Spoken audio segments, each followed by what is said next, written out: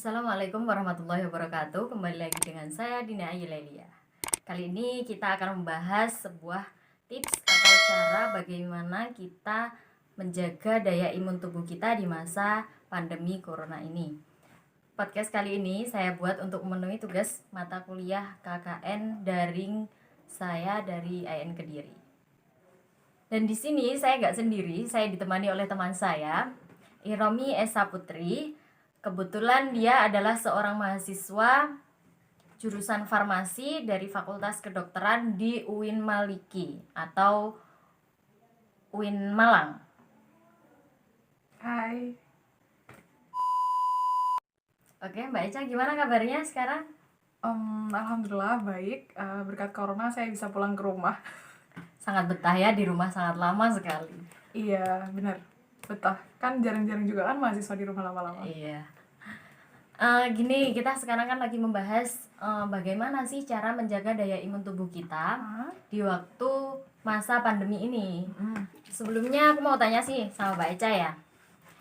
Kan sekarang Mbak Eca lagi menempuh pendidikan jurusan farmasi. Kenapa sih Mbak Eca tuh milih farmasi padahal kalau di sana kan farmasi itu masuk dalam jurusan kedokteran. Kenapa Mbak Eca tuh nggak milih jurusan kedokteran? Ya sebelumnya makasih ya kepada Dina yang udah kasih waktu ke aku juga. Jadi kenapa sih aku lebih memilih ke farmasi daripada kedokteran?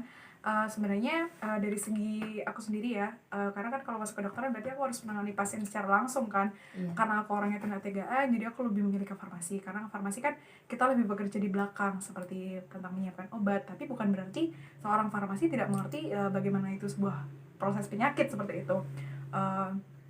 Hampir sama, cuman mungkin fokusnya saja yang berbeda. Dan mungkin karena salah satu faktor yang menangani pasien secara langsung kan adalah dokter, sedangkan farmasi itu tidak seperti itu ya. Jadi itu mungkin latar belakang yang paling utama. Seperti itu. Berarti sebenarnya farmasi itu juga mencangkup kedokteran, cuma dia lebih ke obat atau merawat pasien atau gimana? Jadi dalam dunia kesehatan itu kan banyak banget profesi ya, nggak cuma farmasi aja, ada juga perawat, ada juga bidan dan lain sebagainya.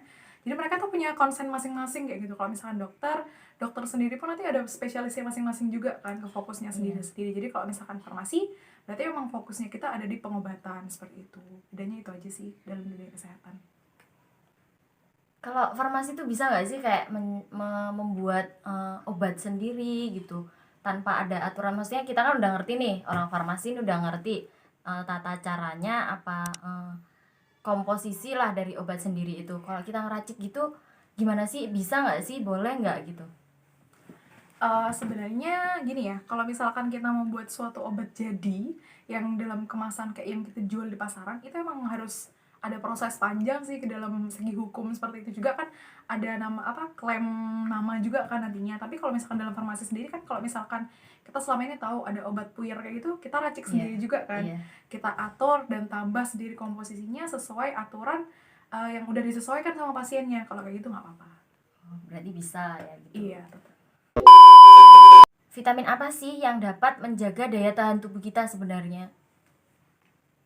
Ya, seperti yang kita tahu ya kan sebenarnya banyak banget vitamin. Ada yang kita tahu ada vitamin A, vitamin B, vitamin C, vitamin D, E, dan juga vitamin K. Nah, memang yang selama ini kita tahu yang paling banyak kita pakai untuk meningkatkan daya tahan tubuh itu adalah vitamin C. Selain vitamin C, sebenarnya ada vitamin B, vitamin B6, vitamin B12 itu juga dapat meningkatkan daya tahan tubuh sih. Nah, sebenarnya vitamin-vitamin itu kan ada vitamin itu ada minimal sama maksimal sih dalam tubuh kita. Kalau misalkan kita kekurangan vitamin akan menyebabkan penyakit masuk ke tubuh. Berarti itu vitamin itu sesuai dengan diri kita sendiri ya? Iya, jadi gini, kan vitamin itu kan nggak kita dapatkan dari dalam tubuh kan. Vitamin itu kita dapatkan dari luar. Nah, dari luar itu bisa kita dapatkan dari makanan, asupan, kayak misalkan dari asupan vitamin sendiri yang bentuk seperti obat kayak gitu. Ada juga bisa kita dapat dari kayak sayuran atau buah-buahan kayak gitu. Nah, memang kan identik sama vitamin C nih. Nah, vitamin C itu kan fungsinya dia tuh untuk mendongkrak sistem daya tahan tubuh. Nah, kalau misalkan orang itu sendiri kekurangan vitamin, dia akan rentan sama penyakit kan. Sebenarnya banyak sih orang-orang tuh yang kebutuhan asupan vitaminnya dalam tubuh itu dapat terpenuhi hanya dengan makan buah-buahan dan juga sayuran gitu aja. Berarti kalau makan buah-buahan, sayuran itu udah vitaminnya tuh udah masuk ke situ semua, udah banyak. Iya, sebenarnya kan gini, kayak misalkan vitamin C gitu kan. Jadi dia itu kan hanya dibutuhkan dalam tubuh itu sekitar 500 sampai 1000 miligram per harinya. Nah, sedangkan ketika kita menghitung 500 sampai 1000 miligram itu kan jumlahnya sedikit ya sebenarnya. Nah, tapi itu kalau misalkan memang kurangan ya akan menyebabkan rentan itu. Jadi makanya saat pandemi ini kan banyak sekali ya orang-orang juga yang menyarankan ke kita kalau misalkan kita itu harus memperbanyak makan sayuran, buah-buahan seperti itu. Terus kan vitamin kan banyak. Terus yang identik dengan daya tahan tubuh itu vitamin C. Kenapa sih dia tuh identik? Terus kalau dia identik, apa yang lainnya itu nggak berpengaruh ke badan kita? Jadi sebenarnya vitamin itu kan macam-macam ya, dan vitamin itu juga punya fungsi masing-masing ya. Kalau misalkan memang vitamin C ini dia sendiri fungsinya adalah meningkatkan daya tahan tubuh dengan cara memperbaiki metabolisme tubuh. Ketika metabolisme tubuh di tubuh seorang itu lancar, baik, dan dia akan menyebabkan penyakit itu tidak gampang masuk gitu loh ke tubuh. Vitamin C sendiri itu kan adalah salah satu nutrien organik ya yang sangat penting dalam tubuh. Dan kita Nutrien tahu itu nutrisi seperti itu. Kebetulan vitamin C ini juga salah satu vitamin yang dia itu dapat larut dalam air.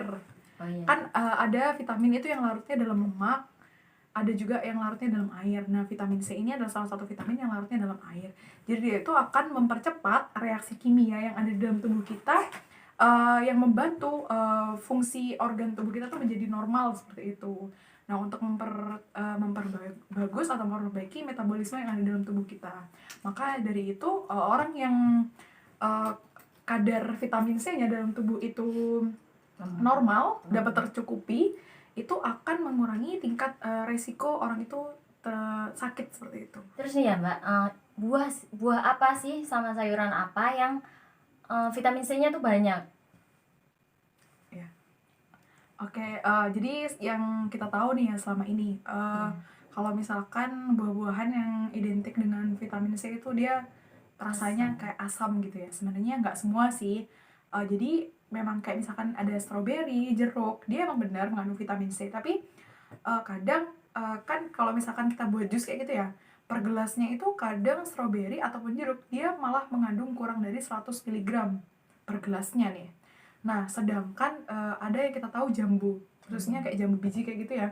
Dia itu ketika dia di jus, satu gelasnya dia itu bisa mengandung 300 lebih miligram. Berarti banyak jambu ya? Iya, banyak banget jambu itu. Ada juga kayak kiwi.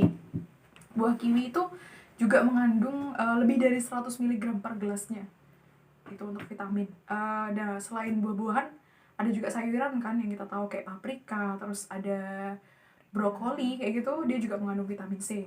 Nah, selain itu ada buah pepaya nih. Nah, pepaya sendiri tuh dia tuh selain dia mengandung vitamin C kan, dia itu juga dia adalah buah yang mengandung banyak serat. Kenapa sih kalau pepaya ini banyak disarankan gitu kan? Karena serat sendiri kan membantu metabolisme tubuh.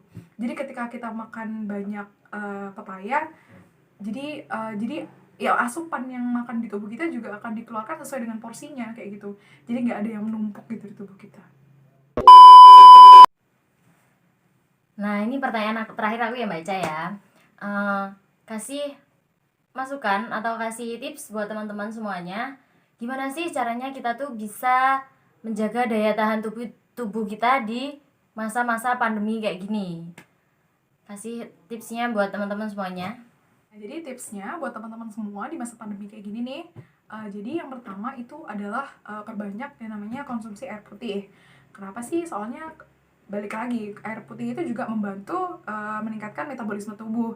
Jadi akan membuat tubuh itu daya tahan tubuhnya akan meningkat kan. Nah, minimal seperti yang biasa dianjurkan 8 gelas per hari, atau biasa disederhanakan ya, sebenarnya itu 2 liter ya, seperti itu minimal. Nah, selain minum air putih nih kalau bisa dihindarin tuh minuman kayak minuman bersoda, minuman yang banyak berasa kayak gitu, kayak misalkan kayak ya kayak itulah rasanya. Biasanya kan orang-orang suka minuman yang berasa kayak gitu ya. Terus apalagi minuman yang beralkohol, kalau bisa dihindarin ataupun ditinggalkan karena memang masa pandemi kan ya. Iya bahaya buat kita juga.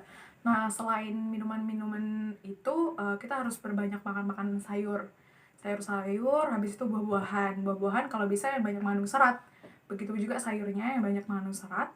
Nah jangan lupa juga olahraga, itu yang paling penting. Itu paling berat sih. Iya, paling berat.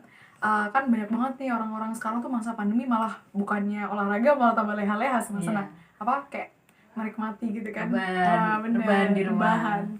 Nah sebenarnya rebahan itu kan membuat makanan kita menumpuk ya, jadi yang keluar malah sedikit.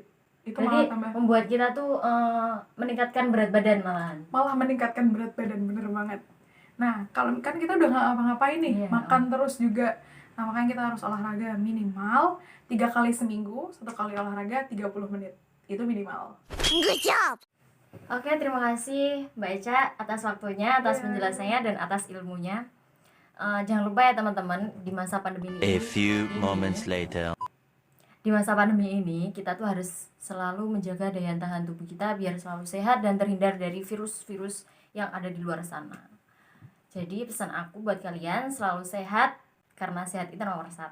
Sekian dari aku. Wassalamualaikum warahmatullahi wabarakatuh.